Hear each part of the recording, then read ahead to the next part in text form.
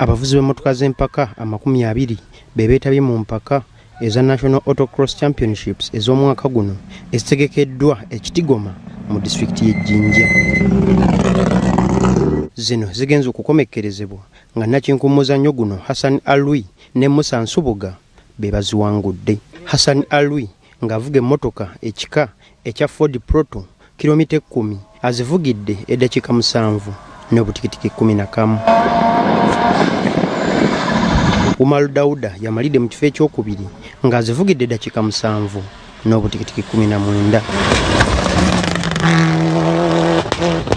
Umar Dauda ng'avuga emmotoka ekika ekya Mitsubishi Evo 10 yagamba okumalira mu kifo ekyokubiri tekibadde kyangu obula kivudde kweteekateeka bulungi. Podium eno ne Hoima mbadde nzisuubira bwenyinza okugamba because event ezisemba begamba nalina challenge y'emipiira nga gyabirabika olwokuba nti gyali giruddewo ebbanga ddene naye tugenda tuimprovinga mpola mpola tweteekateekera next season. Edison Mungereza yamalidde mu kifo ekyokusatu ng'avuga emmotoka ekika ekya Subaru Impreza. Ono agamba empaka zino azikozesezza okwetegekera Champion Sprint ezigenda okuggalawo kalenda ey'omuzannyo guno ey'omwaka guno.